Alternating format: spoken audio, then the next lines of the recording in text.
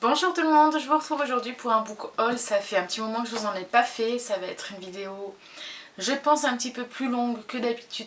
Je sais pas encore la durée, je pense un peu plus de 15 minutes, puisque j'ai mes achats et réceptions à vous montrer du mois de juillet, du mois d'août, et ce que j'ai eu en début de mois suite à des événements auxquels j'ai participé. Je commence tout de suite, je vais vous présenter les réceptions que j'ai eues au mois de juillet. On commence avec, j'ai reçu en cadeau les Brumes d'Avalon, le tome 2 du cycle d'Avalon de Marion Zimmer Bradley, qui m'a gentiment été offert par ma Paxé, que je remercie. Et je pense qu'on va le lire assez prochainement. Le tome 1 raconte l'histoire d'Arthur et des chevaliers de la table ronde, mais vu du point de vue des femmes de la légende arthurienne. Donc on découvre Morgane, on découvre Igerne, Guenièvre et Viviane notamment. Et on va avoir le point de vue depuis leur regard, que ce soit au niveau de l'histoire d'Arthur, que ce soit au niveau de la confrontation entre les païens et les catholiques, enfin les chrétiens, et tout le contexte historique que l'on connaît dans les légendes arthuriennes. C'est très très bien écrit. Marion Zimmer Bradley est une auteure qui est très connue. Je crois qu'elle a écrit ses cycles dans les années 80. La couverture est très belle et elle est réalisée par Christelle Camprobi, une illustratrice que je trouve très très talentueuse. Et je vous conseille d'aller voir peut-être un petit peu ses réalisations sur internet si vous avez l'occasion. J'ai également reçu de la part de Patatras, que je remercie également, Les Hauts Royaumes, le tome 1 de Pierre Pevel. Donc c'est une surprise qu'elle m'avait fait, c'est édité chez Milady. C'est un livre que je voulais. Pierre Pevel, c'est un auteur que je veux découvrir depuis un petit moment. J'avais mis donc Les Hauts Royaumes et Les Lames du Cardinal dans ma wishlist et du coup elle m'a choisi ce livre. J'ai vu un avis très très positif sur la chaîne de Mandy de ma vision du livre, qui était vraiment très enthousiaste par rapport à ce premier tome, et du coup j'ai hâte de le découvrir. J'espère le faire d'ici la fin de l'année. On se retrouve dans un royaume qui est affaibli. Le roi va libérer un de ses prisonniers qui est enfermé depuis 3 ans. Il s'agit d'un homme apparemment qui peut représenter une figure d'espoir pour le peuple. C'est quelqu'un de très loyal et en fait on va suivre un petit peu sa quête, je pense en tout cas, pour sauver le royaume. J'ai également acheté le tome 2 des Sœurs Charbray, un mari récalcitrant de Cassandra O'Donnell. Alors autant vous dire que ce tome je l'attendais depuis des années. Forcément maintenant ça fait déjà 2 mois que je l'ai dans ma pile à lire, mais je pense le lire rapidement, surtout qu'il va se lire très vite et qu'il est vraiment facilement transportable, donc il n'y aura pas de souci pour le lire n'importe où, n'importe quand. On se concentre sur le personnage de Rosalie, qui est la petite sœur de Morgane, donc l'héroïne du tome 1. Morgane, c'était un personnage qui était très scientifique, qui n'aimait pas les conventions sociales de l'époque et du coup qui l'avait fait ressentir. Et Rosalie, elle, c'est une auteure, c'est un écrivain qui a du mal à se faire connaître, qui se fait passer pour un homme par rapport au fait qu'on est dans un 19e siècle où les femmes n'ont pas encore énormément de pouvoir, voire pas du tout.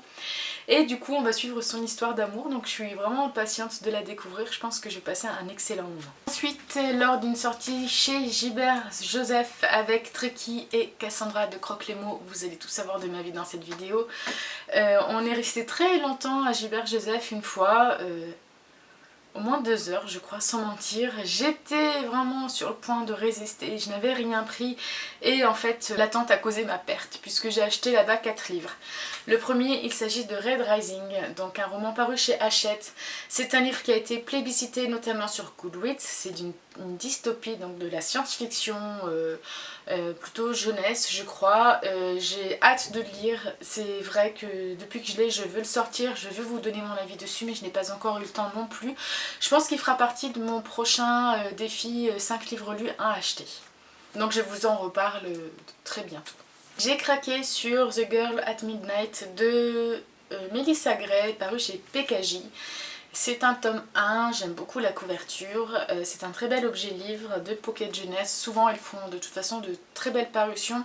J'ai craqué sur ce livre parce que je l'avais vu sur les chaînes d'Everbook et de Loisirs de Simi, donc je les accuse de cet achat. Ça avait l'air vachement bien, ça se passe dans un New York, on va suivre une guerre entre des hommes oiseaux et des hommes dragons. On va suivre le parcours d'une héroïne et ça avait l'air vraiment super sympa. Donc voilà, j'espère aussi, comme tous, hein, les lire rapidement. C'est vrai que c'est pas forcément une priorité, j'avais vraiment craqué sur la couverture et puis sur le synopsis qui m'attirait, mais c'est vrai que pour l'instant je pense que j'attendrai encore un petit peu avant de le sortir.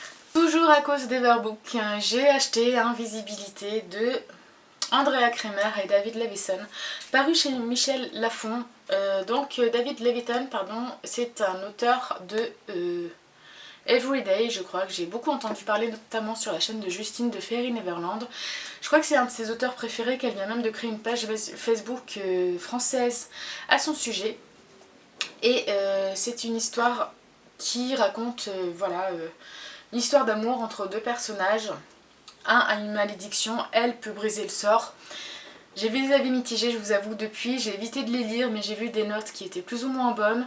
En tout cas, le livre est juste magnifique. J'adore la couverture. Je la trouve somptueuse. En plus, vous voyez un petit reflet au niveau du titre.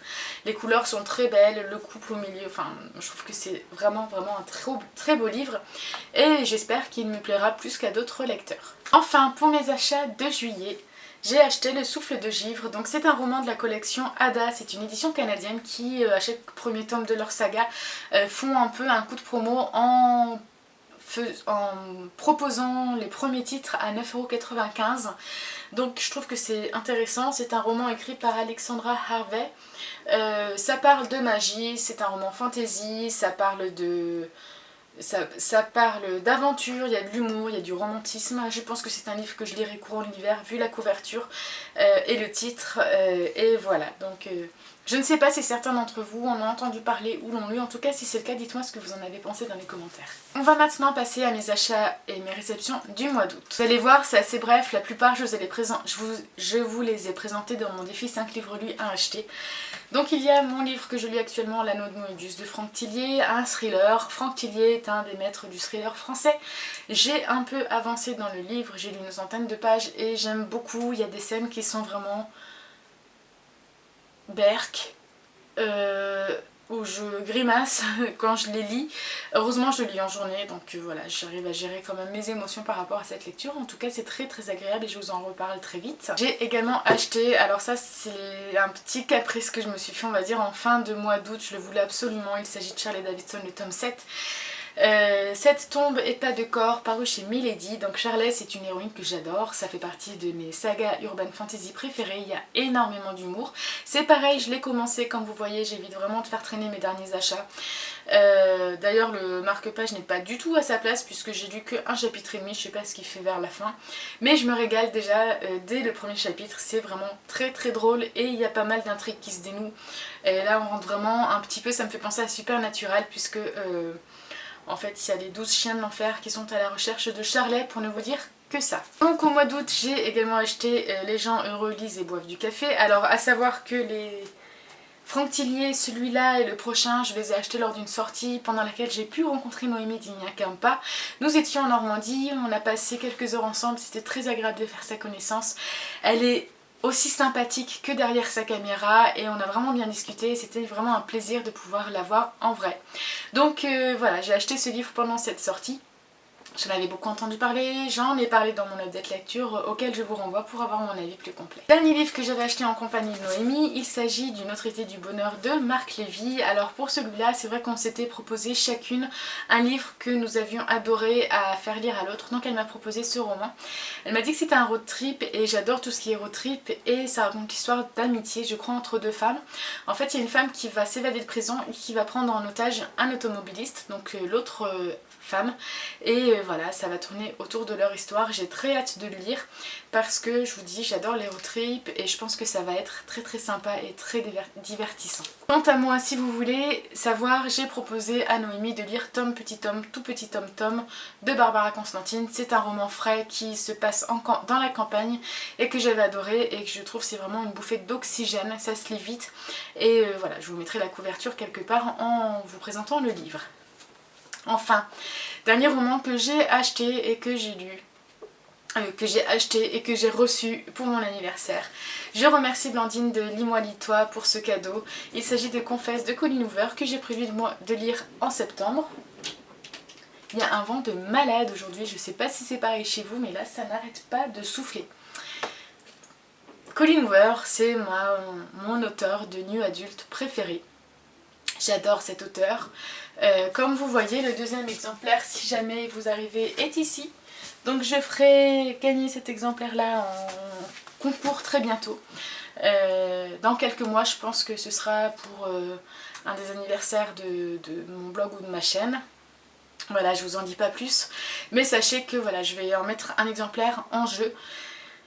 C'est en VO, ça parle d'art, ça parle de romance, j'ai vraiment hâte de le lire. Enfin, on va passer à mes réceptions du mois de septembre. Alors il faut savoir que le 1er septembre, il y avait une opération SFFF. Donc c'était d'acheter des livres d'auteurs francophones spécialisés en imaginaire. Donc moi pour ce jour, j'ai fait participer les éditions du Riez, qui ont été très actifs pour cette journée, puisqu'en fait, en même temps, Vision Livre a mis en place un nouveau article sur son blog qui est une maison à moi, un achat. Et pour ce premier article, elle s'est lancée avec les éditions du Riez pour les faire connaître, pour que les gens qui ont des livres de cette édition dans leur pile à lire les sortent, en fassent de la promo et fassent connaître un petit peu tous ces auteurs très sympathiques qui font partie de la maison d'édition. Donc je fais une petite aparté par rapport à mon book haul. Moi j'ai lu déjà plusieurs livres des éditions du Riez, notamment les romans de Valérie Simon que j'aime beaucoup. Je trouve qu'elle a vraiment un très grand talent et qu'il faut la découvrir. C'est une auteure de romans fantasy. Voilà, elle a écrit Yanis, déesse de la mort, donc toute la saga Arkham en 4 tomes. C'est une écriture lyrique et poétique avec des créatures surnaturelles. Et son dernier roman c'est Coup d'état, donc La Reine des Esprits, où là c'est vraiment beaucoup plus adulte quand même si l'héroïne a 16 ans, il y a vraiment un contexte plus adulte avec les femmes qui manipulent le pouvoir et c'était très très agréable. Je vous en reparle également certainement très bientôt. Donc pour cette journée, j'avais repéré plusieurs livres aux éditions du Riez, notamment deux. Tout d'abord, il y a Le Flibustier du Froid de Ludovic Ross-Morduc. En fait, on va suivre l'aventure de Thibaut, un jeune garçon qui va suivre la piste de pirates et qui va vivre une grande aventure. Donc j'espère que ça va se passer principalement en mer et sur les îles, puisque j'aime beaucoup ce contexte en fantasy. J'adore la couverture, je trouve qu'elle est super bien dessinée, crayonnée, je sais pas, j'aime beaucoup les couleurs, l'image, voilà, je trouve ça vraiment sympathique. C'est un livre qui est assez court et du coup celui-là je pense le lire en octobre. J'avais également repéré un roman de Liz Siven qui est Au sortir de l'ombre. Donc même là, elle a juste signé Siven. C'est un roman qui se passe à Londres, fin du 19e siècle. Et on va avoir des créatures surnaturelles. Il va y avoir une chasse entre créatures surnaturelles et humains, si j'ai bien compris, avec une secte de prêtres. Donc du coup, je suis assez curieuse. J'ai vu quand même de très bons avis dessus. Et je vais le lire courant du mois de septembre, si c'est possible, et si j'arrive à avancer dans mes autres romans d'ici la fin du mois. Et sur cette belle commande, en fait, Alexis des éditions du Riez, que je remercie vivement, m'a offert un livre qu'il s'agit des Contes du Monde, donc un recueil de nouvelles. Il y a à peu près une dizaine d'auteurs qui ont contribué à ce recueil, notamment en personnes dont je parle régulièrement. Il y a Charlotte Bousquet, Ambre Dubois ou Maëlique Duval.